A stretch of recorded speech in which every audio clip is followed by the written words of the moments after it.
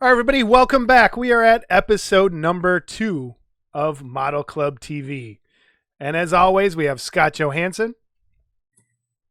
Again, Scott. How's it going? It's also audio. You can't just... Hello, everybody. Oh, that's right. Hello, everybody. I was holding up a peace sign, too. 2 episodes. This might be the Episode running 2. gimmick then. We have to do it every time where you Yes. screw it up. And we have Steve Riojas. Hello, hello. And how's everybody doing? What's going on? Doing Nothing. okay. You doing okay? I'm a little worn out from this warm-up to the show, but I'm doing okay. Oh, man. The warm-up for this show, if it's going to be like this every time, I don't know. We might not make it very long. What are you guys doing for the 4th of July? By the time this goes up, it will probably be 4th of July. So what are you guys doing? What do you usually do? Scott? Well, a couple of things. First of all, before I hit on the 4th of July, I went back to work. Yay. Okay. So I was off for 3 months. Here's to you. Cheers. Here's to me. Back to work. Okay. But more importantly, okay, Mr. Riojas, who's at the bottom of my screen right now, Top of our screen. is officially retired and now a Social Security recipient. So congratulations to Steve. Congratulations on retirement, Mr. Riojas. That's awesome. Okay. So that doesn't mean he won't still paint kits. It just means he's old. So there you go. But all right. So for the 4th of July, we'll have some folks over. And not very big, just family because of the COVID thing. And that's it. I'm going to enjoy a 3-day weekend because now I'm back to work and a 3-day weekend is nice. Yeah. Steve, what are you guys going to do? And first of all, seriously, congratulations. Oh, thanks. How many years? How many years did you have in? I worked. I was 16, and I'm 65. So Wow. As of July 1st, I've got Medicare and Social Security coming. And this is July. It's the second, right? Today's the 2nd, Yeah. so it's 1 day into retirement. That's awesome. So you can have the big one right now, and you're fully covered. Okay, that's right. You know, right. But I made the American dream. That's the whole point. Is I'm one of the few. You made it. I got 10 more years until I have to work a different job than the one I do now. It's like, oh man. But as 4th of July, we're not doing anything because they canceled it. What do you usually do? You go just watch fireworks somewhere? Or? Yeah, we go to the fairgrounds, the county fairgrounds, and it's real nice big park, and watch the fireworks. And cool. Wet. And, yeah, we're just gonna have a couple people over for some food, and like I said, can't invite that many people over. So yeah, I must have missed my invite. I don't want you here. Troubles. Anything else you got going on? I watched a movie yesterday for the first time in forever. I watched Uncut Gems with Adam Sandler. Have you guys seen that? No. I've not. He plays a real scummy jewelry dealer in New York, and it's a wild movie. Like, if you like cool, just on the edge of your seat, like, this guy's a piece of shit, he's gonna get his. Oh man, it's a good movie. Kevin Garnett. I'm not a basketball person. It involves Kevin Garnett quite a bit, and it takes place in 2010. And I highly recommend that movie. It is really well done, and totally not a sci-fi, nothing related to model kits, but which is a great movie. So that's cool. Yeah, it's good. I've been watching a lot of Star Trek reruns, especially the original series, Next Generation. Can't go wrong with the Kirk. And some Deep Space Nine. It's on every night on that Heroes and Icons network. Deep Space Nine, the best Star Trek series ever made. Yeah, and I just saw the finale in the first one. I had never seen the first one, so wait. Because they're showing them in order. So they showed the finale the one night. The next night, they started over.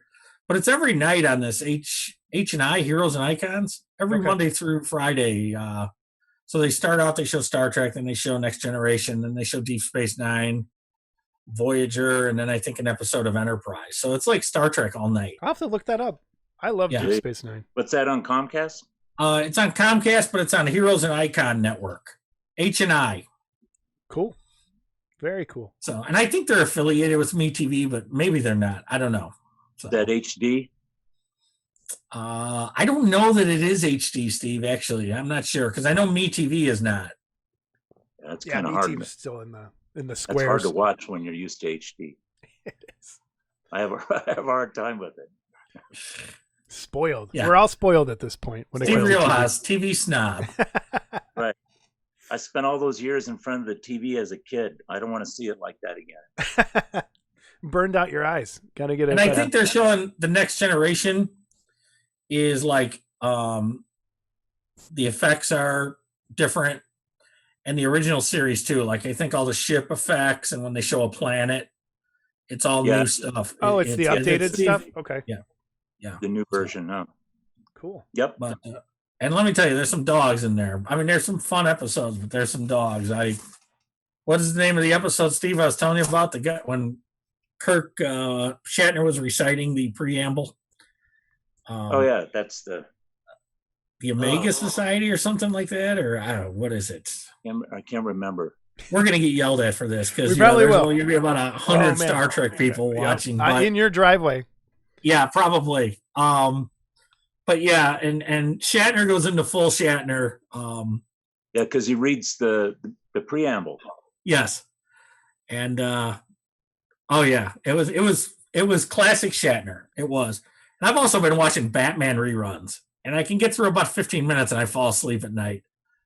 And I was Why wouldn't you? telling Steve, the first season of that show was it was fun, but you could already see it falling off by the second season. So you can see why it was a flash in the pan. And by the time they got to the third season, it was terrible. It was terrible. So yeah, there's only. So that's what I've been watching. Yeah, so I've been watching quality television. When you were a kid, it was okay. Hey, since you're Mr. Shatner fan, Scott, he's got a show on History Channel? Is he doing something? Do you know anything about this? He narrates something on the History Channel. Or hosts it. Remember when he had a talk show where he sat back to back with somebody? He had somebody and they sat like this. Yeah, it was a two-chair. It was a double chair. And it was like, and they sat like face to face, but their backs.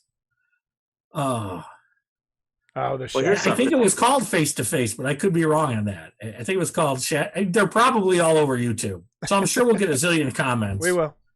Actually, I have his Lucy. Is it Lucy in the Sky with Diamonds? It came on my random music the other day.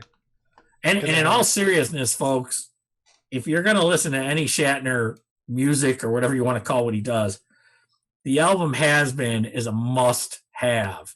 Okay, all right. William Shatner Has Been is a must-have. He did an album after that as well, where he did 70 songs and 60 songs like The Byrds, Mr. Spaceman, and Bohemian Rhapsody, and that was a little over the top. But the Has Been album, I cannot recommend enough. I will keep an eye out for it when I go vinyl. Yeah. Oh, yeah. I'll make you a copy if you want. It is. Oh, it's great. It really is. The Has Been album is classic.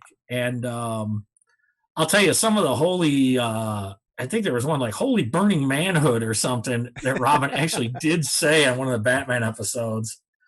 And yeah, they really got away with a lot. Okay, for the time. And Steve said this to me one time. It's like when you watched it as a kid, it was for Batman. And when you watched it as an adult, it was kind of for the camp, and the gadgets, because the gadgets, the Batmobile is so cool, Yeah. So it's like, it's still watchable just to see how bad it is. It's still fun, Yeah. But it is. All right. So I've talked about TV enough. No, TV's good. Television. This is part of it. One more thing, though, for all you Shatner fans out there, if you haven't watched Boston Legal, okay, that is some of Shatner's best work. It really is. So, how many times have you? Sorry, Steve. Go ahead. No. How many times have you seen Shatner live, Scott? Oh, just the one time. Just the one. Yeah, and I had an experience, and I felt it was probably better. I never go again. You fell in love, didn't you? I don't even want to ask him. Yeah, it's gross. We had eye contact. Me and Bill Shatner had eye contact. He had a tingle. Okay, that's what it is. And I remember I went with this friend of mine. His eye took a left turn. Well, so it always does. I went with a friend of mine, and I scored these third row seats that were almost center. Okay, well, they were the center, they were the aisle seats in the third row, but on off to the side, and no one sat in front of us. So, did we say we wanted this? You're getting it anyway. Yeah, now. we're getting so it. it makes for good. It's fun. So so Shatner came over to that side of the stage, and I know we made eye contact. And I turned to the person I was with. It was a friend of mine that was my dog groomer because my wife didn't want to go, so she went with me. And I just looked at her and I said, "I think I have an erection." And she about died. I thought they were going to throw her out because she was laughing. Oh so my God. Shatner and I, eye contact. So there you go. I brought this show down to a new level, but why not? That's all right. I'm sure it'll reach a further lower level at some point. So it's okay. All right, so let's move on. Let's move on. Let's get to the agenda. Workbench. You'll probably edit all this out anyway. No, I won't. That's okay. Actually, nope, it's staying. We're going to move on to the workbench. And again, people, we are planning on adding segments, introductions. So it's not this choppy, but we're getting there. We have a lot of equipment to buy still. Audio stuff, we apologize in advance if things don't sound perfect right now. But, we're new at this, and we're trying to get three guys that don't know much about it, trying to get it going. So we're going to move on. You're talking right now, and all I'm hearing is whoa, whoa, whoa, whoa. Well, that's not good, because then no one's going to listen to this ever. So Workbench, we got to talk about what we're working on. We're going to start with we're going to start with Steve. Another thing we got to do is got to take our phones and show everyone the Workbench. I think that'll be a fun show. Yep, I think we're going to do that. For you guys, everyone will see I've got the same shit there for like 3 months now, but that's okay. I'll still show. Actually, me too. So, Steve, go ahead. Workbench. What are you working on? Can you talk about anything? I shouldn't talk about it right now. I'm working on a couple of things for Hiroto, a buddy from Japan, and cool. I don't know if he wants. We'll leave it there. Nope, I don't want you in trouble. Yeah, they're a little closed about this stuff. And if he does, I'll ask him if he does, and then I'll bring the phone over and show it. Cool. But I don't know for sure. And I don't want to. Can I ask you this? Do you like it? What you're working on? Oh yeah, it's pretty cool. All this stuff is cool. I'm okay with it. Yeah, it's sometimes when you actually are doing this work professionally, you are given a non-disclosure agreement, and you can't talk about some of the things you're working on. So we appreciate that, and we don't want to get anybody in trouble. And I don't know, any personal projects you're working on? No, but it's coming. Since my retirement, I am slowing it down, and I will start doing my own stuff. I'm so jealous. Little things here and there, I mean, I can't turn down a nice job, but just the general jobs, the load that I've been doing since God knows how long, that's got to slow down. Yeah. And I'm looking forward to it. It's kind of fun.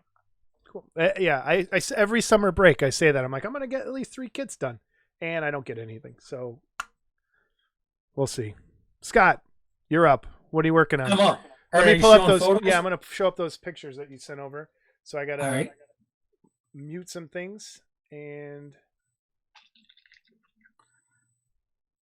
all right, we are looking at a large creature from a Black Lagoon. What is this? Okay, so that is a big Galuna, and that was originally put out by a gentleman named Bill Ayers, and he had a partner too. Oh crap, what was the guy? Bill and Don. I don't remember Don's name, but both were really nice guys. And then in the late '90s, early 2000s, Ed Baukley of Dice Man Creations bought the piece. And Ed has given me the rights to produce it, through a joint venture, basically with him, and he'll get some money out of it as well because it's still his piece, and it really needs to be remolded. So what I'm doing now is cleaning up the body and for the master, and I'm still hoping to send it to Mr. Brokaw to make me a mold for that, and it's got, it's some pinholes in there, seam lines. I want to get it all cleaned up. So all Mark has to do is throw rubber on it and make the mold and, do what he's got to do. Cool. So hopefully by next year's Wonderfest, that'll be good to go. If not before then. And it's a companion piece to the Aurora Big Frankie. It's the same size. This has been in the works a long time, hasn't it? Parody piece. Yes. Yeah. So you're looking at 21, Wonderfest 21? Well, Or are you looking at October? I don't think October, just because we're already July, and I don't know how backed up Mark is, or if Mark's still interested in doing it. I'm not going to say never. I may even be able to pull some out of the molds I have here, but I'd like to just do it all out of the new molds. I have a block mold in my garage that weighs about 50 pounds. So if I spin it, I'm going to have to spin it by hand. Well, with a hand crank and spin the machine. So the old joke, my arms will be really tired once I do it. So okay, so we're still working on that. All right. And what's our next photo? Next photo is your Tiny Terror. So the Tiny Terror Godzilla's got a good story. I started that around in 2001. I went out to shut up. I went out to my friend Kurt Krause's house out in Oregon. And he says, we'll bring something to work on. So I brought this Tiny Terror with me. Okay. And I proceeded over the next 2 or 3 years. I went out there like 3 more times. So every time I went out there, I brought this Tiny Terror out there and did a little more work on it, a little seam work or whatever. And it's still not done. The one you see in the photo is a second one that I have. Just here we are, what is it, 20 years later? Yeah. But here I am 19 years later, 20 years later almost. That's hilarious. Okay. And so we're hoping that gets done soon, just because of all of Mike's pieces. That's of Mike Park's pieces. That's one of my favorite ones. Yeah, I got one sitting back there too that I just found. I want to put that together. Yeah, and that is one of my favorite ones. I love that line, and that's one of my favorite ones. Yeah, of all time. Cool. It is a really cool piece. Right. Next up is your Godzilla foot. What is this thing? Well, so that's the Mad Labs Godzilla cup holder. And I was originally working with George at Blackheart on that, but George, I don't really think, George got the time to deal with stuff. He's got his own stuff going. So I have this piece. Not sure on pricing yet. So shoot me some emails here or something, and I hopefully I'll have a price for everyone next time. I think we're going in the $30-$35 range for that. And it's a brush holder, and it's again, for those that can't see it, it's a big Godzilla foot, and it's got Bambi underneath. So you got 4 deer legs and a bunch of guts and brains and stuff hanging out of it. And you can stick the knives and stuff in it, right? Yeah, you can paint brushes, knives. You can't drink out of it. You can, but you probably will be poisoned if you do. Good poison or bad poison? I'm hoping that if I can get some sales off of this, I'm hoping to donate a portion of the proceeds, to Mike's widow and or Mike's charity for saving stray cats and stuff that he likes so much. So I'd like to see some of that money be channeled that way too. And this King Kong, what is this? So it's King Kong. On a King Kong thing? This is a nameplate. I'm going to hold it up here because this is the master right here too. Oh, cool. Okay. Made out of gold. It's yeah, well, this is how these are when they're made. And this was made by Mark Kalin. Okay. And when I get a painted one, it'll be painted by Steve Riojas, whether he knows it or not. And I'm looking for my tape measure. Hold on. So while you're doing that, anybody who's listening on the audio podcast, head on over to YouTube, Model Club TV, and watch the video there if you want to see some of these pictures when you get there. But we want to be able to see me shaking my head no. Yeah, he's going to paint it and like it. So it's about 3.5 inches by 4 1/8 for you, So it's about 4 1/8 this way, 3.5 this way. It's a big one. This is off a book, and the picture that Jason's showing is what we actually took it off of, and it's an old paperback version of King Kong. And it was the cover art was done by James Bama, who also did the Aurora box art. And I always loved it, and I still have mine from when I was a kid. It was actually my brother, so it's got some crayon on it and stuff like that. But I always loved the art. I shouldn't say box art, of course, box art, but it's the paperback cover art. And I always liked this font that said King Kong the best, as opposed to any of the movie posters or any of the stuff that was out there. This one is the one that always stuck with me. So I'm just gonna make a nameplate just to have it. So, gotcha. Cool. All right. Anything else you're working on?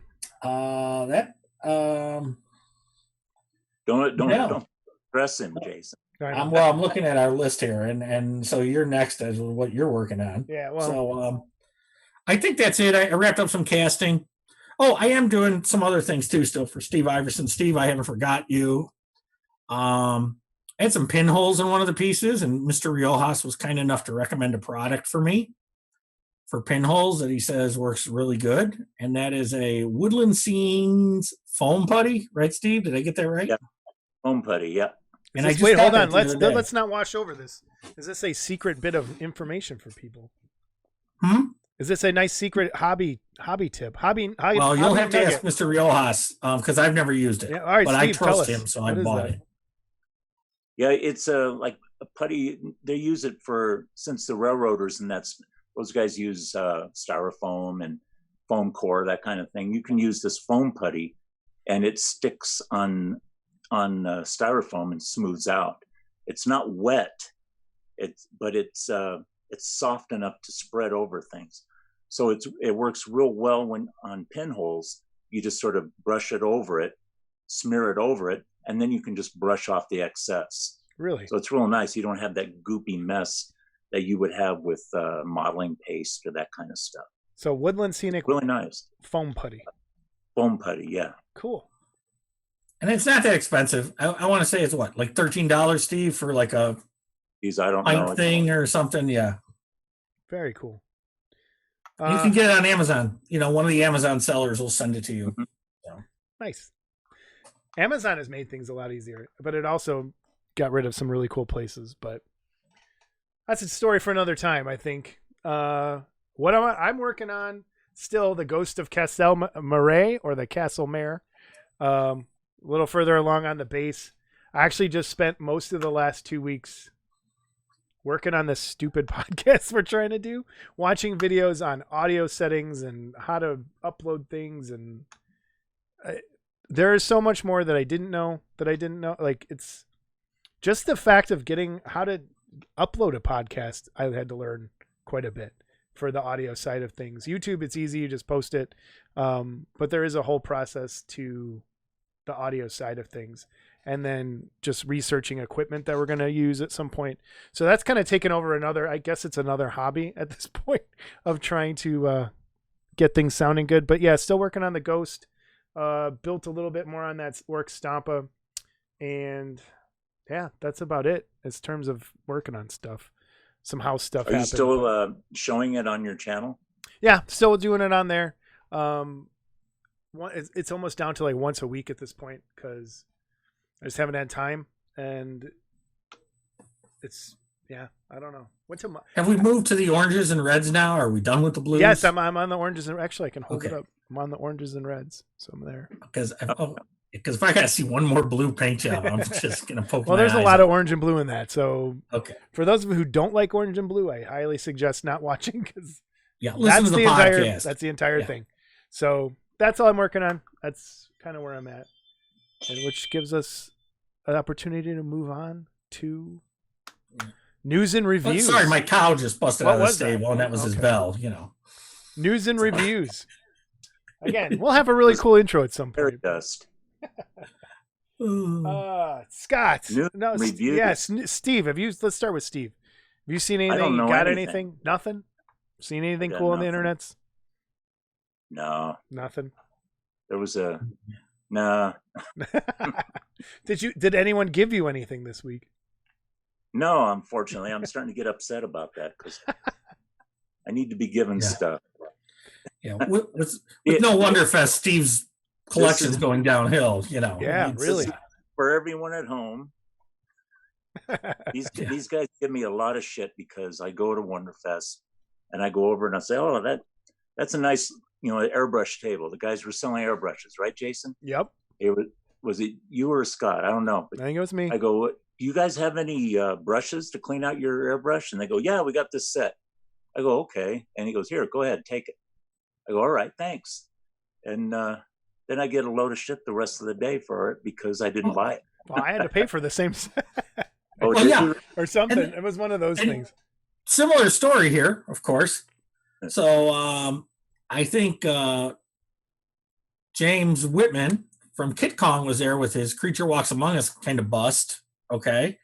And I, of course, had just paid $100 or whatever he charged for it at the time. That was Revenge of the Creature. Revenge of the Creature, yes. And I was very happy. I was very happy to get it because it's kind of a cool Jeff Yeager piece. And Steve says to James, "Oh, yeah, that's really nice." And James reaches down and says to Steve, "Oh, here, take one." Okay. And it's like, so I'm like, wait a minute. I just paid for one. And now he gets one for free. So we're not making this up. Okay. Steve has like some Jedi mind trick he uses. No, I used to do a lot of build-ups for James for a while. So yeah. No, James is a good guy. I've been to the model mansion. And it's a Jedi mind trick. Wait, really? No, really? Have you been to the model mansion? Oh yeah. That's I don't awesome. know what it's like now, but the one then was a mansion. It was this big house with like a 6-car garage. Dude, like, and he had hearses in the garages. He had a 69 hearse, I think a couple 58s. I want a 69 hearse so bad. And a 67, I think. They were a couple of them were wrecked, and then I think the 69 was just beautiful. I think that, I may have to ask him if those are for sale at some point, because I don't know. I haven't talked to him in a couple years. Is he doing okay? Like I haven't seen him around. I haven't either. I think he's not even going to the shows anymore. Huh. We'll have to look into He recently sold the rights to a lot of his kits to Randy Guthrie of Little Monsters. Really? Up in Washington. So I know that was posted over in the clubhouse that I'm not supposed to be at, but it was why not? I'm banned for life. I'm the Pete Rose of the clubhouse. You mean that Steve? I told you about something out of the clubhouse. Yeah, I'm sorry, Steve said. But anyway, so that's where I read that about James. So I think he's kind of getting out of it. I think his health issues, maybe it's travel. I don't know. I don't want to speak to it. Yeah, no, don't. I don't know for sure. Yeah, but we don't know. James is one of the good ones, and I don't wish him anything but good health. So he had a lot of cool stuff. Yeah, he did. That's for sure. He had a lot. Or does. We'll see. Yeah. Well, maybe he does. Yeah. I got some. Go ahead. One sec. Went into this one room he had, and it was all plastic model kits. So it was all Aurora, Polar Lights, Hawk. What are the other ones? Anything that was plastic styrene. He just had them all jammed in there, like 4 or 5 of each kind. That's so cool. You know what? We need to get Steve as a guest. Or, I mean, I'm sorry. Model Mansion. James as a guest? Oh, my God. My brain. We got to get James as a guest at some point. Talk to him. How do you end up getting a model mansion? An actual model mansion? Yeah, no, like I said, I don't know if it's still there. Where did he live? Well, he's here in Denver. It's actually Arvada, so it's just like an outskirts of Denver. Okay, cool. So, yeah, he's been. What was it? There was like stories about him in the Denver bunch, about him going to the shows and buying all the Billikens up and stuff. He was just. He's been around forever. That's awesome. Before we get to the slideshow of some of the stuff we found, I just want to talk about this for a second. Obsolete. If you I subscribe to Hobby Japan, which I highly recommend. They give you like every 4th issue. There's like a free little model kit that comes with it. And a lot of times it's Gundam weapons that I don't care about. But this one that came out, it's like this little like mech with a girl pilot. And the whole issue revolved around like what they had done with this little tiny model kit. So it was actually kind of cool to see what can be done with it. And so I think they just gave everyone who subscribes gave one, and they held like a little contest for people to do things with it or like to submit. But I thought that was pretty cool. Other things review wise, you guys won't know any of this stuff, but this is a long time in the making. It's a Zote, and these have Miniatures. A Zote's like a four-legged alien creature in the Warhammer universe.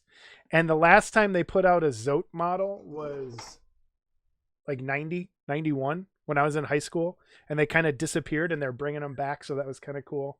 And I had gotten another set of miniatures to paint. Why don't you describe the Zote for our listeners? Zote is like I said, four-legged creature, guns, aliens, and it looks like an alligator with a torso, an alligator centaur with He's got guns space and weapons. stuff. Yeah, so it's strange.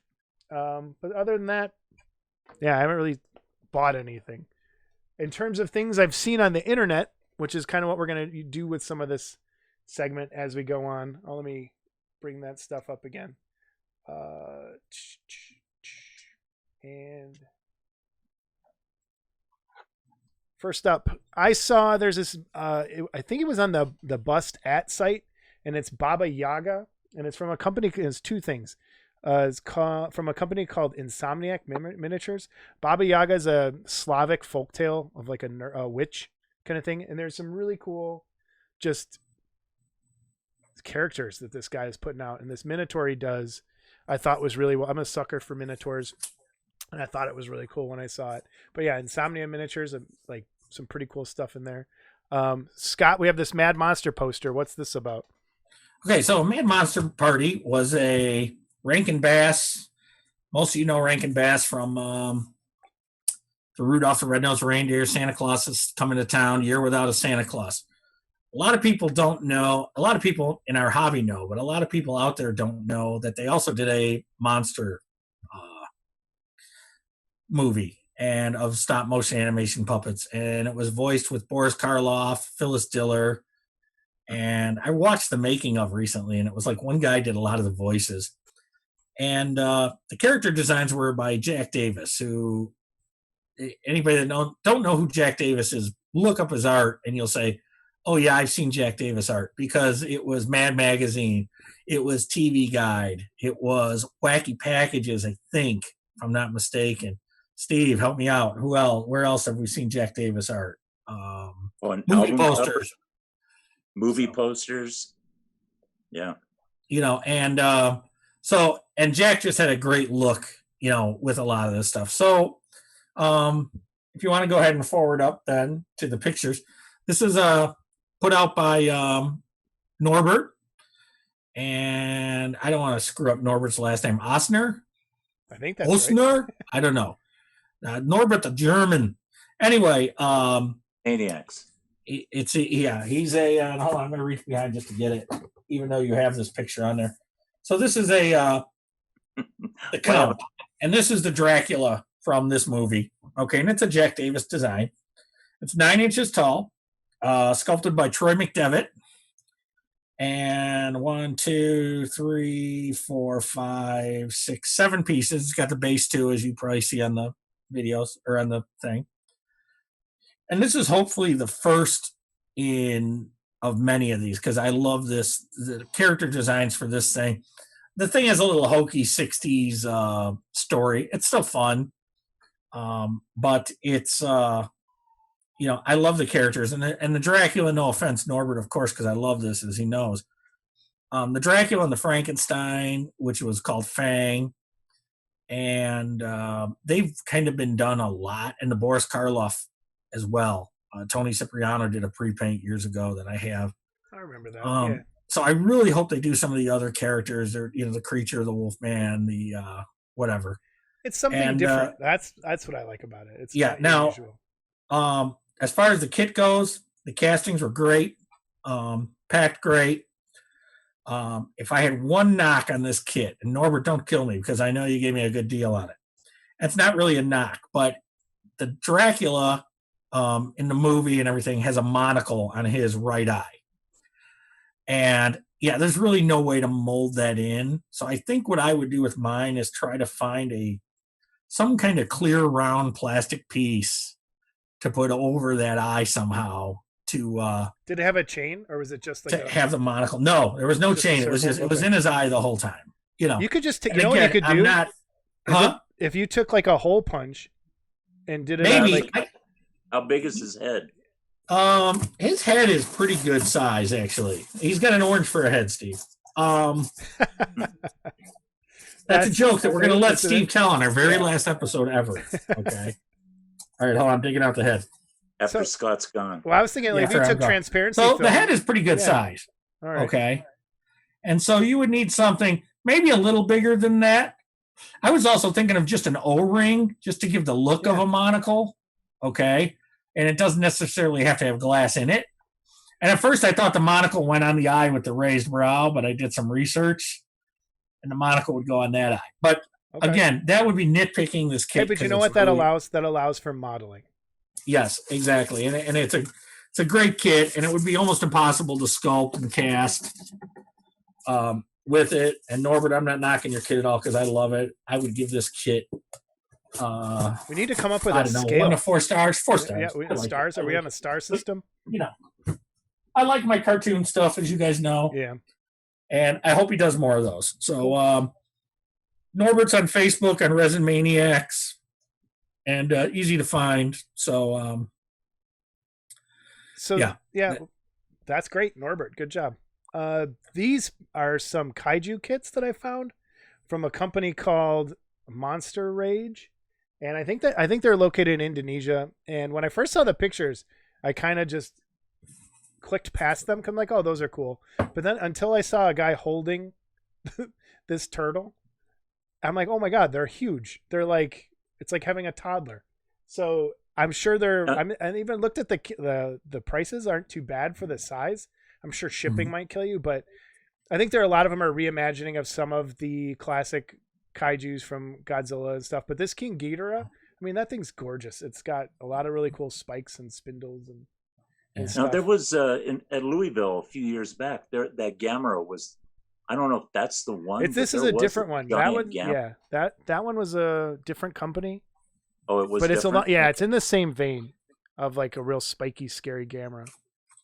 But yeah, that thing was really beautiful. I got to go along with that. Oh, look, they're shooting at me again. Jesus, stop it! It's 4th of July, and we don't live in a. Well, never mind. So yeah, those I thought were pretty cool. I liked it, and this one, the Gamera kit that he has. It has it looks like a USB port coming out of the back because it lights up, which I thought was pretty neat. But yeah, Monster Rage, check them out. What is have you showed the shark looking thing yet? Yeah, I did. I clicked through it a little bit. Okay, that I really liked. I saw that and I did really like that. Yeah, there's some cool stuff. Next up is this Davy Jones from Killer Kits. I thought was pretty cool. That's coming out. I just saw a painted one before we started recording. Not much to say about it. I just really like it. I think there would have been more Davy Jones kits or more Pirates kits, but it just hasn't been lately. A lot of bus. Yeah, a lot of bus. Bus out there. Yeah, well, if the other movies were as good as the first one, you probably would have had some. That's true. Next up is this one that I found. This I found on the Bust at Facebook group.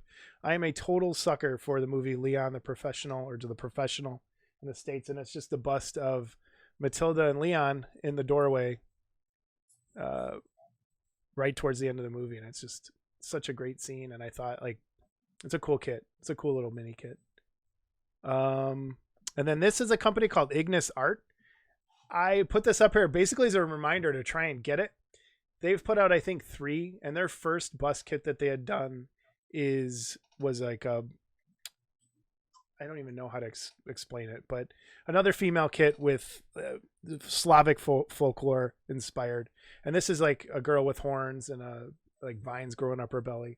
And it just looks really cool. And they're really limited and really hard to get. And this is coming out, I think, on the 10th of July. And then we have the Ghoul kit. Scott, you want to talk about the Ghoul? I will. One more thing I want to say about the Norbert kit, too. The box art was done by Rusty Nail. I forgot to neglect to say Rusty. That. I got to bust Rusty a little bit, though. I'm not big. I think the Dracula was supposed to be kind of bluish, Rusty, but I'm going to give you a pass because some of the photos are flesh. So I'm going to give Rusty a little bit of a pass because I like him. But this is a Ghoul kit. Boris Karloff is the Ghoul. This was a Jeff Yeager kit originally put out by Rebel Resin. And as everyone probably knows, Rebel Resin, Tony Salsines passed away not too long ago. And so a lot of people have been acquiring his kits, his line and stuff. And I believe Norbert, again, bought a lot of them. and I'm not 100% sure this is part of that group, so I don't want to say for sure. I think it is. And Dave Nicholson of Killer Kits has the UK rights, and Norbert has the US rights to sell them. And I'm not 100% sure if they got this one, but I think they did. If they didn't, I think so. We'll make a correction next week. If someone comes forward and said, no, I bought that one, we'll make that correction next week. Yeah, cool. No, I thought it looked pretty cool. And it's good that people are saving those and they're going to still get put out. Let me bring me back up. And there. I think that's it for news and reviews. Okay. And we're going to move on to our topic, which is dun, dun, dun, dun, Model Club, our contest. I thought it would be a good place to kind of explain where we came from, how Model Club TV came to be, and really just talk about the contest that we tried to start and did start, and I think we're going to continue doing. But I wanted to kind of take the edge off on it a little bit. So I wanted to talk about where we came from in the beginning in terms of the Model Club contest, explain it to people who have no idea what we're talking about. And I don't know. What are your thoughts, Steve? Where do you want to start with it? Might as well start from the beginning, because the idea of it being a grass. Well, I guess it goes back to. It was 4 years ago, right? 5. Yeah, it would be 5 years. Really? Well, it has, because this would have been Model Club 4 this year. Okay. So we started talking about it a little bit before that. So around 4 or 5 years we've been kind of doing it, I think. And at Wonderfest. Sorry. You all right? Yeah, it's my phone. Okay. If you're a professional modeler or you won a gold medal at the Wonderfest show, usually they ask you to step back, or you just sort of do it and judge or whatever, and which is fine. But after a few years, you get to where you don't enter anymore. And we were talking about, would be nice to get everybody together, to get the heavy hitters to go and join up into a contest, and just for fun. Really, it started out just for fun, right, Jason? Yeah, absolutely. And just to see what everyone's up to and what they would do. So then the idea was to maybe make a cash prize, as in like a poker game, where everyone would pitch in $50, and we would all vote on it ourselves, so that it's about as fair as a contest as you can possibly get. Go ahead, jump in, Jason. Yeah, I want to step back just a little bit to that.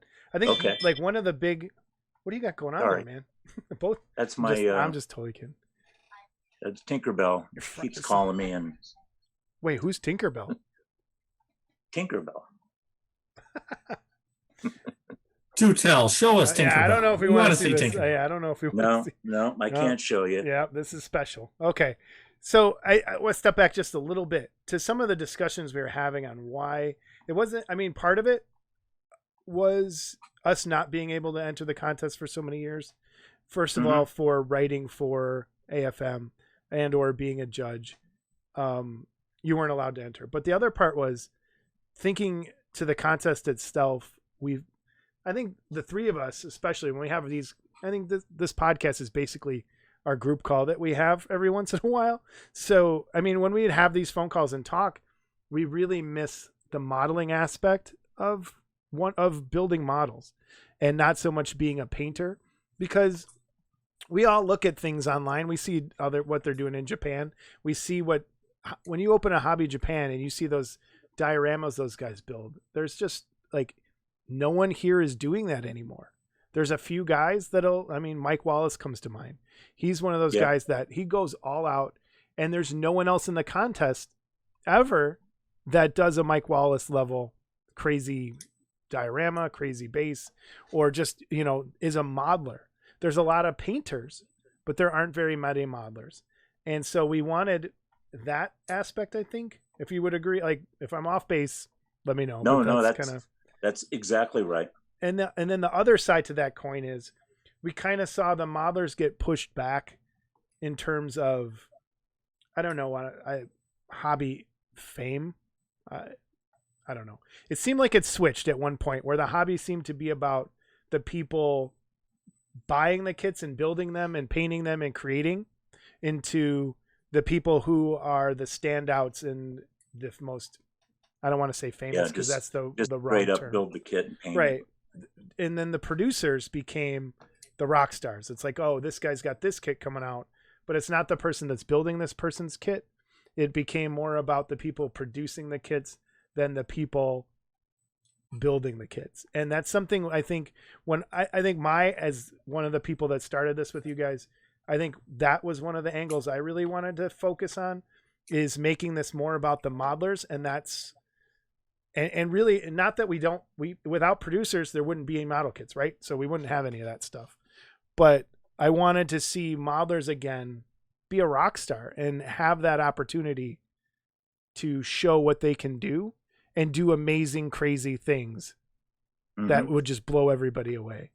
And that's where it started. That was our initial, I think, talk. All of those things kind of mixed together. And right. Scott, Steve, how do you think it's gone so far? We would have had, we've done 3, right? This would have been 4. We've done 3.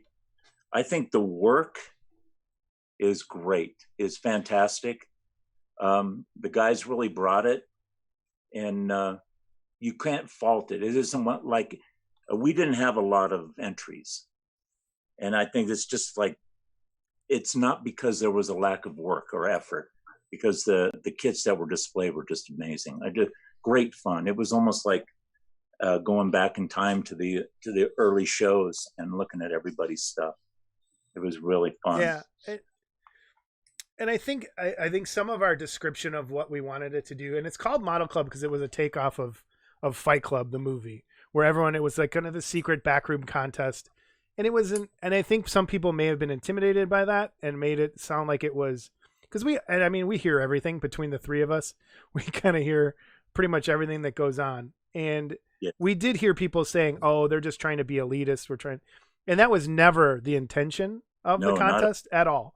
It was, anybody could have entered, and we wanted more, like whoever wanted to enter, but we wanted people to bring their A game. And I think, when you see a name like Steve Riojas or Mike Wallace and you're competing directly against them, I think that doesn't intimidate people. But I think there's also, but you couldn't ask for a more just think back to that first contest, how everyone, I think what you were going to say is the brotherhood to it. Yeah. I was searching for the word. Yeah, absolutely. It was everyone was supporting each other, and it was so exciting. There was a buzz in that little room. They did stick us in the back in the corner in the dark, but which was cool. But it was, you could just feel it. I don't know why it didn't catch on a little bit more than it did, but the second year seemed to be a little bit better. Yeah. And then the third year it kind of tanked. Fizzled. Yeah. It really did. And I don't know if I think we have our theories and we won't talk about them here, but I don't want to end the contest. I want to keep it going. And I'm going to show your pictures in a little bit, Steve, but we'll talk about, this is a touchy subject here, probably a little bit. We've had multiple offers from people to sponsor the contest. For those of you who don't know, it's a $50 entry fee. And then after we paid for the room, the winner of Model Club got the money. Whatever money we took in, they got the rest of it. It cost us $200 to rent the little space at Wonderfest, which right off the bat was killing us. And so this year we changed the rules a little bit. Wonderfest hasn't happened yet. We're going to try and hold it inside the contest room. It's kind of, I don't know. We'll see if this works out this year. I don't know.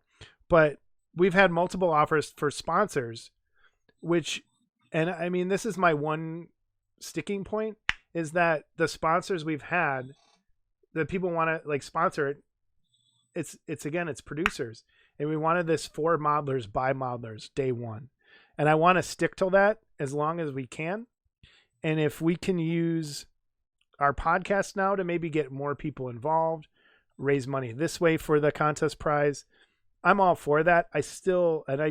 We appreciate people wanting to sponsor us and wanting to throw money at that contest, but we still want it, I don't know, free of that influence. We keep trying to put out all the solve all the little problems that come up. Like, we had a rule where don't show us anything. You can talk crap about it, but don't show us anything. And then people would, we heard a few people say that, well, I want to enter the regular contests too, and I don't have time to do both. Yeah. So, we're coming up with just enter the contest, and Model Club will be in the contest itself. Yeah. Right? And I think that does solve that issue too. Because, I mean, if I only have enough time to work on one thing and I can enter it in both, I think that helps. We're talking about, go ahead. Well, when was the last time you entered the Wonderfest contest? 2006, I think, or 7. See, mine was like 2000. Yeah, I got that one gold medal and said, I'm done. Like, I just don't, that's all I ever wanted was one. And I didn't need any more. Like, but mine might have been 99. That's when you got your gold medal? No, that's not true. You entered. Oh, I did enter the creature bust that I showed in the last episode. Yep. Yes, I did enter that. Yep, that's not true. But we did the AFM boot camp. Starring who? Starring Steve Riojas, of course. And, starring. But let's not forget Terry Weber. He'll be up our ass going, hey, what about me? So, But, and there was also, I think, Dave Prosser as well. And was Thad there that year helping out? Or I can't remember. Thad might have been there that year helping out. I think Thad was, yeah. And Fred DeSanto, there were a couple of AFM writers there helping out. I did enter that year, but yeah. But I mean, we're open to suggestions always, and I think with this year's rules, we did change stuff based on past mistakes, and we want to keep it going. And I think now that we have this little forum, it might help us a little bit more too. But I think there hasn't been a year. I mean, I've been disappointed with people that didn't enter, that said they were going to enter, or people that just flat out ignored us. But I think the people that did enter loved it. Like, I think it was, I have never heard anyone say, this sucked, I'm never doing this again, or anything. Not like at all. Like, it's been, like I said, the buzz, there was a buzz in the room every time. Yeah. So I'm going to throw up some of Steve's. These are just Steve's entries from our contest that he is going to show. Well, I'll show. We'll talk about them. Just to kind of get an idea of what Model Club was. Let me get rid of this and that. And so your Invisible Man, this was the first year. This was your first entry. Steve, you want to tell us a little bit about it and what you did? That was the old Visible Man kit from the 50s and late 50s. I think it was like 1959 or something like that. And so I took that, and it does come with a skeleton.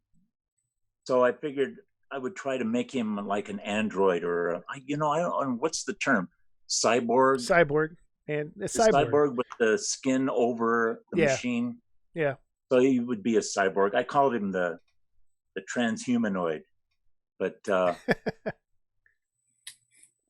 I just started putting parts like I do. I always mess around with pulling stuff and sticking it together and make machines. And so I just started jamming the inside of him with parts and wires and stuff, and painted him up to where he looked like he was being formed, and then painted the skin.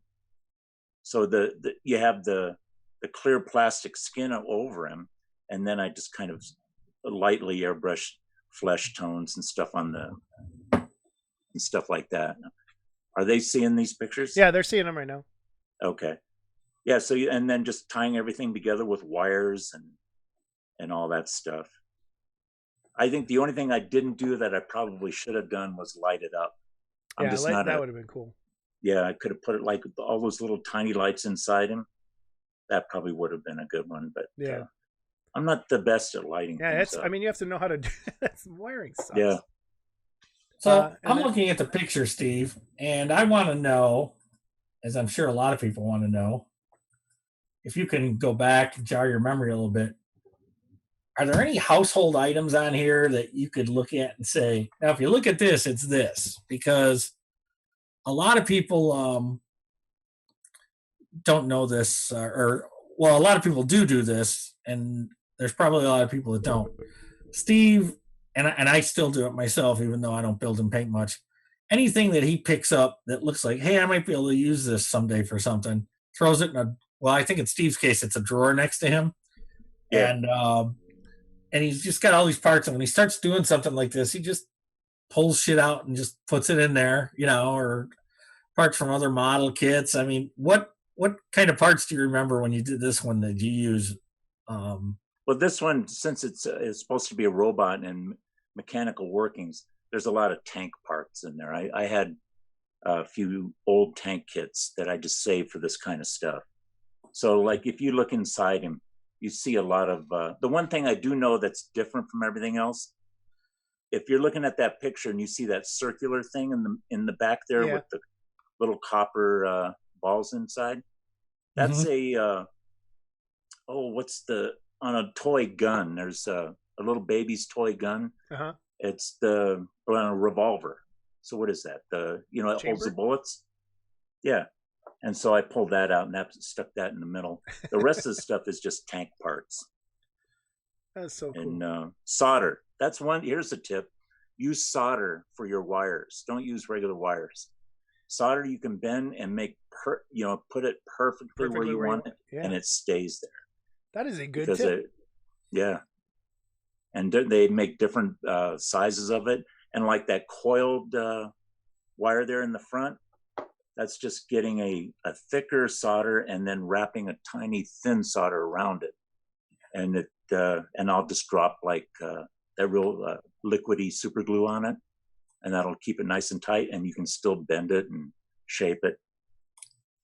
I think those are, if I remember right, you had run out of solder. Yeah. And you and I were on the internet one day talking. We're looking at all these different sizes, and I went to some hardware stores and they all had the same size, and I needed different sizes. So then I order it. So and I don't know enough about this stuff to know the size of, what is it. I just know Amazon to the rescue. Mm-hmm. All right, your next one is your Frankenstein. Is it Frankenstein? That's called Mad Doctor. They saved Hitler's Frankenstein, and that is. Was it Hitler's Frankenstein or Hitler's brain? I'm sorry, I don't mean to interrupt. No, saved Hitler's Frankenstein. Okay. And so this is just like a whole bunch of stuff. The little guy standing there, the little doctor, and then the guy with the German helmet on the other side.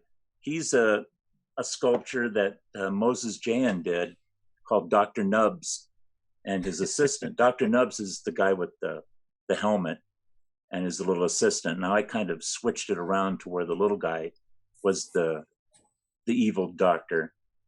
And then there's the Hitler head. And Gabriel Garcia did a bunch of zombie heads. And I got a bunch from him at a Wonderfest. And so there's a bubble, and it's like a clear ornament that you get from Hobby Lobby. And so I opened that up, and then I put a bunch of zombie heads in there and threw a bunch of glue and goopy stuff in there to make it look like the whole thing is that they are melting the heads and shooting that into this machine to keep Hitler alive. So Hitler is a zombie head that I just changed it a little bit, changed his hairstyle, and gave him a mustache. And then I just start doing what I always do, is start picking up pieces of this and that and hooking it all together until it sort of resembles machinery and stuff. It's gorgeous. Like the gauges, I think, came Matthew Lawrence. Yeah, Matt Lawrence had those gauges. What's his company? Starlight. Oh, he's going to kill me. Starlight Productions, I think. Starlight Productions. Yes, and Miss Moneypenny Flux is the CEO there. And if Matthew ever watches this, he'll know what that means. So. But he sold Moneypenny Flux is his dog. That's his some kind of King Cocker Spaniel or something. All right, here's your other entry, which is, what would you call it? The third one? Yep, the third one. This is a Soylent Green kit from, who made this? This was Hell Painter? Hell Painter, Yeah. right? And this is a commission for this guy, Jeff Hager, who wants me to do a lot of futurist type stuff. And so I converted it so it was coming out of this machine like it has been, like a chrysalis, like a mechanical chrysalis. Okay. And so he's coming out of there. And so, chopped up the legs and that kind of thing. And then again, the machine is made from this and that, a lot of plumbing parts and electrical fixtures and stuff. And then tons of solder on those. It looks a lot like, I think when you made this, you didn't know. But for those of you who have seen the movie Akira, the base looks a lot like the Akira machine with tons of wires and crazy things coming out of it. It's an awesome piece. There's something creepy about the wires being everywhere like that. Yeah, I love it. Sort of adds to it. And now another modeling tip. See all that, are we going to different pictures? Yep, I got it up where you got the goop. Yeah, the goop stuff that it's coming off of him, or he's walking out of, is epoxy glue, 2-part epoxy glue with some transparent yellow paint in there. And then I dip toilet paper, little bits of toilet paper in it, and mush it around. And you got to work fast because that stuff kicks, but you can drape it. And that toilet paper, it's just disgusting looking. It's perfect. Yeah, it does. That's a really good effect. And then once it dries, it's rock hard. So nothing breaks. So what's the process? Do you mix the paint in with the epoxy as you're doing it? But you can put acrylic paint in epoxy glue, but just put it like a drop of, so it's like a clear yellow. Mm-hmm. And then just put a drop or two into the glue, and it's 5-minute epoxy. So you mix it up real good, dip a little sheets of toilet paper, and until you get it all nice soaked up, and then drape it where you want to drape it, and then when it kicks, it's hard as a rock. Then you can just go and build on top of it, and then add just more regular straight glue with that's tinted, and that holds it in. It's perfect. That thing is the strongest glue job ever. Not going anywhere. So how many takes was this doing that process? Like, was it 3 or 4 times mixing the epoxy and toilet paper? Or did you do this all in one take kind of thing? How did that? I just did it. I just always start in an area where if it messes up, no one's going to see it. Mm-hmm. So that's what I always do. I just start someplace safe, like down inside the tube, and build it up. And once I saw how to do it, by the time I got to the areas where everyone's going to see it, I had it down to where I could drape it real nice, and I would break pieces of it and string it, So that's what I always do. I always start somewhere where you'll never see it, and then just work from there. It's really effective. It looks really good. For those of you who wonder are listening, why he gets free stuff. Okay, I'm just again, people listening, check out the YouTube channel, Model Club TV, and you can see all these pictures on there. Yeah, well, I'm sorry, on the podcast you can't see any of this stuff. So if you're making that's the way to do it. There's an episode of Monster Model Review. Rob Madison did an episode on Model Club 2, was it? Yeah, I got it. We're gonna post all that stuff in here. Okay. At some point. Yeah. And that was nice. And I think there's photos from Model Club 1. I think Norbert might have those up somewhere, some photos. Yeah. I know the video disappeared, but there were photos. That video? Yeah. Yeah, we'll have them up. So as far as the contest goes, it's supposedly still happening. We're going to, in October when Wonderfest rolls around, there has been some rule changes. If you want to try and enter the contest, everyone is welcome. There is a Facebook group called Model Club, and we have it in there. Just send us a join and we'll let you in and read the rules. I don't want to really go through them here because they're pretty extensive, but try and join up with us. If you just want to hang out and come in and see the entries after we're done voting, that's great too.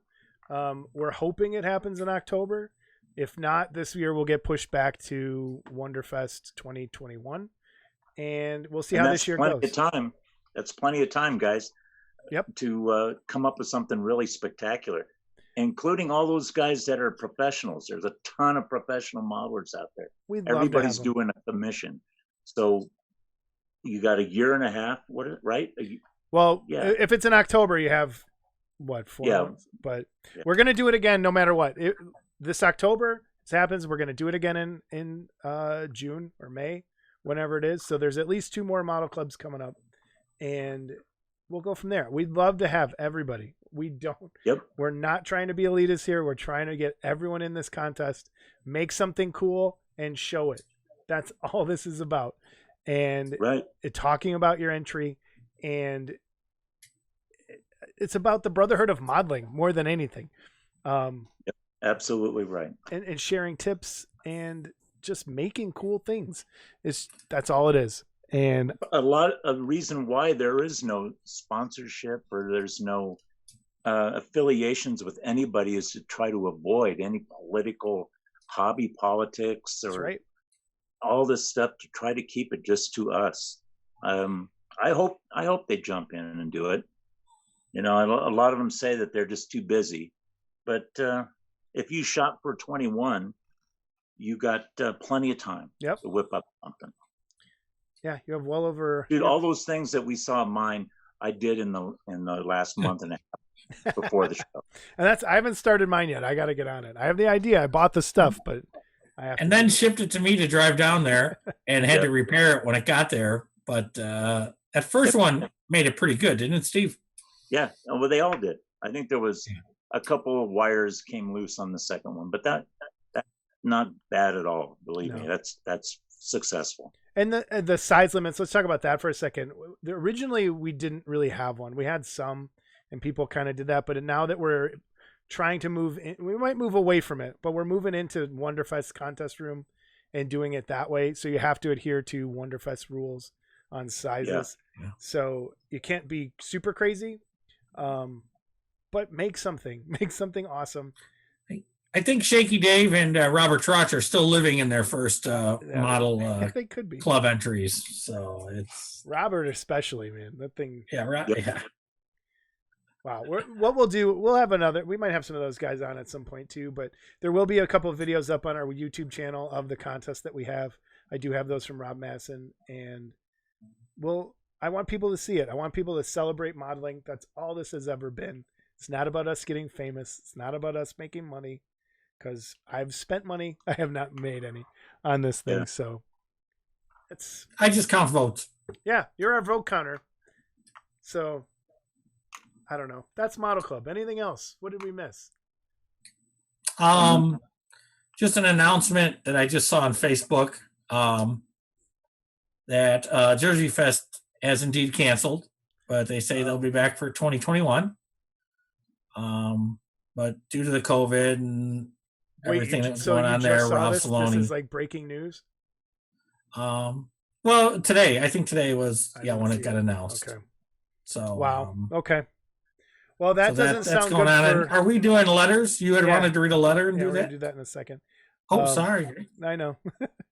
That doesn't bode well for Wonderfest, I think.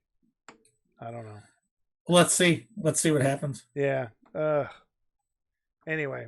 All right. That was our topic for our contest. Please, seriously, head on over to Model Club. Not the Model Club TV site, but there's a Model Club group. And we will mention this. That Model Club group is going to go away after this, and we'll just use it as an event, because we do get a lot of people just joining it thinking it's something else. And it's a pain. It's the contest. Yeah, it's a pain to keep up. So we're going to turn it back into an event and do it that way instead. So we are going to start with our new section of the podcast called Emails, Corrections, and Comments. So each podcast, we're going to go through some of the emails that we get, comments, corrections. If we said something wrong or stupid and you want to let us know, go right ahead. We'll try and read those on air too. Scott, anything from YouTube that standed out? Listen, I'm a teacher. Well, first of all, let's watch out on the stupid thing, because we'll get a lot of comments. Yeah. Okay. There was a gentleman, Mark's Hobby Bench, would love to see and learn more about casting. And I had mentioned doing a casting episode or doing, showing a video. So we'll do that. And I'll just quick shout out to Kurt Kraus, Norbert Osner, Charlie Robson, Charlie Norris, Trevor, and Mark Worthling, who also made nice comments, and you can read them on the YouTube Awesome. channel. Yeah, please, anytime you leave a comment, it helps us get noticed on YouTube. If you don't know, that's how YouTube works. Subscriptions, comments, that's how you get found. It helps us out quite a bit if you can do that. As far as emails go, if you want to send us an email, it is modelclubtv@gmail.com. And Charlie sent us an email, Charlie Robson, and this email is a book. It is very long and it is very tiny print on my phone. So I'm going to try and get through this. It's great information. I want to share it with everybody. So it says, Jason, thought you would appreciate a few words of how great that first episode was. Bust versus figures was a fantastic topic to cover. I would have to agree with you and Steve, despite being one of the younger guys in the hobby. During a time when bust popularity is on the rise, I thankfully have usually found building something to be far more appealing than just simply painting something in an afternoon and putting it on my shelf. Not that there is anything wrong with that. In some ways, I'm envious of those who enjoy that type of work. Though for me, if I can't come up with some kind of cool base idea and or unique conversion that will require weeks or months of solid modeling and fun, I often struggle to justify the cost, especially being in Canada. That's not all things, mind you, but I'm lost my spot again. But No most of problem. the box art, the box art Wolfman kit Mark Worthling is releasing is a rare example of something I will likely just paint as is because it is based on a box art. Making that decision even more difficult was the cost. I think Scott mentioned paying $203 for total for it. I ended up paying around $320 Canadian shipped for it. I ended up the base kit without the glow parts, and there still may be some custom duty fees when it arrives. That's something we don't think about. We'll pause there for a second. Yeah. Custom fees, all that sort of things when you're setting prices. Different parts of the world is going to have to pay different prices. I have to say, dealing with Mark has been just the best but being in Canada increases the price of these kits so much. I often try to ask for just the figure on their own, as making my own bases is where most of the fun is for me anyway. Not all, but most stock bases, though cool, are simply added weight and cost. I have spent 3 to 5 months or more on many expensive pieces, but the cost was justified because of the time spent. One of which will be in the next issue of AFM, actually, which is a dream come true, of course. Nice. Yeah, that is very cool. Congrats, Charlie, on getting in that new episode. Steve, you want to tell everybody about that? That next, just while I take a break from reading for a second. It's going to next be issue. Yeah, the Reader's Choice. Yeah. Isn't that what they're calling it? Reader's Choice? Yep. And then fans of the magazine have been submitting their pictures of their build-ups and stuff. And they've been putting it all together. I think it's going to be a pretty interesting issue to see all these guys, see what everyone's up to these days. Yeah, it should be coming out soon. It's the next issue. So, yeah. That being said, it took a while. That's where we're at. That being said, though, it took a while for me to get sold on bus. I'm starting to enjoy a couple smaller build-ups between the big ones, so they do have their place. Inevitably, however, I still find myself customizing the shit out of them, as I really do my best to take them as far as they can go. Painting a stock kit is often just far too boring for me personally, more so if it's a bust. Probably because figures have so much more base potential than busts. This leads to one issue I have always struggled with, which is the longer you spend on a piece and building a bunch of small scale BS and doing all the detail base work, the less time you get to spend on doing multiple smaller pieces such as busts. Practice, and you know what, Charlie? You just had a kid. You're not going to have any time for anything. Practicing on developing your own painting skills and whatnot. It's a tough balance for me to find, as I sometimes feel like my brain is a 12-lane highway, bumper to bumper with ideas. Anyways, please keep the show going. First episode was very fun to listen to, and I can't wait to see where this goes. Please share the positive thoughts with the others as well. Have a great day. So that's Charlie. Thank you. That's an awesome, great first email to read. And I can't read. Thanks, Charlie. That's the first that Steve and I heard of it, I believe, too. Yeah, I didn't tell him until just now. So it was all new to us. I met Charlie. Was it last year or the year before? I can't remember. And Charlie's going to probably have to be expedited here because my good friend Neil DeConte tried to run me over in his minivan, and Charlie was his passenger. So I'm going to need a witness at some point. So Charlie, you may be, forced to come back down to the States. But yeah, Charlie drove. I think he flew into Rhode Island or that area and drove to Wonderfest with Neil DeConte, and I think he had a really good time. And he was a really nice guy. I met him a little bit, and he was a really nice guy. Cool. So yeah, he is. It's good to see those nice guys watching us. So that's cool. Yeah, absolutely. So that, I guess, would conclude our second episode. Everybody have a great holiday, great 4th, and we'll see you next time when we. Don't forget though, guys like Charlie, they don't really celebrate the 4th. Oh, Canada Day is yesterday? I think it was yesterday. Yeah. So happy Canada Day as well. Canada Day. And our friends in the UK, we're still free. Yeah. So sorry. Sorry. But we'll send you a Scott Johansson if you'd like. Yeah, we can send. I'll happily go there. And I want to touch real quick too on this Canada thing. I've recently sent a few things to Canada, and he's so right. The price is insane to send to Canada. What's the issue? Like customs? I don't know because, and maybe Steve can touch on this, but I know when I used to send things to Canada, it was very compatible to U.S. domestic shipping. Okay, that's what I always thought. But it has really doubled. Whatever would you say that's pretty accurate, Steve, or don't you have a lot of Canadian customers? I don't have a lot of Canada stuff. But yeah, it's I recently sent a small kit to a guy, and just a little box, and I sent it to him as a gift, because you're a nice guy. You take a chance doing that, but it's easier on them, and God, I hope the Canadian government isn't listening, or they're all in trouble. But I think that's two crimes. Two crimes you've they're talked about today. 2 crimes, but but it's still, they still have to. It's still, it's like a $35 or $40 box for a small little box, and it was crazy. It was just crazy. Well, like he said, it's extra $100, right? Yeah. Yeah, almost. And shipping overseas is no better. Shipping to the UK, I picked up a kit at Wonderfest for a guy in the UK, and it was one of Mark Havokin's Filmies, the new kit of his last year. I picked it up for this guy, and I sent it to him, and I think it cost $80 to send overseas. It was crazy, and even domestic postage is crazy. So this is why the shows are so important. If you can get to them, fit what you can in your suitcase, or if you can drive or whatever.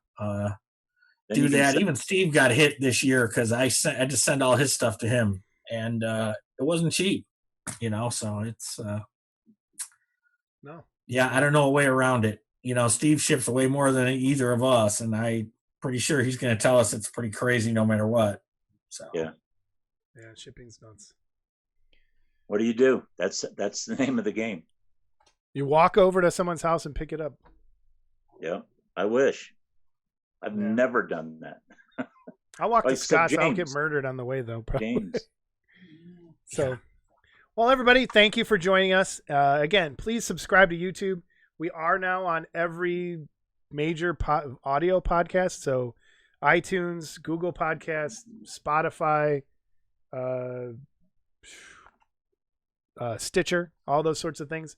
You should be able to find it. Download us on your phone. Listen while you work. And then watch the video on YouTube to see the pretty pictures. And not us, but the model kids. So thanks for joining us. We're open to suggestions, too. So absolutely. It's because we'll run out of talking to each other because I don't know. We don't like each other that much anyway. So we are held together very, very loosely at times. By a thread. Yeah, by a thread. Yeah. Threads and Steve's Scotch trying to leave 6 times tonight already. So yeah, so I mean, any suggestions for episodes or whatever, anything we can do? We toss around ideas to each other all the time. We'll be talking to people in the hobby as well, and I think that'll be up pretty well. Yeah, for sure. Yeah, we want to have guests. If there's any guests that that you think we could get, or if you're interested in being a guest, even maybe let us know, and we'll see what we can do. Yeah. Can't promise everyone, but we'll get there. Have a great holiday, everybody. Talk to you later. Bye. See ya.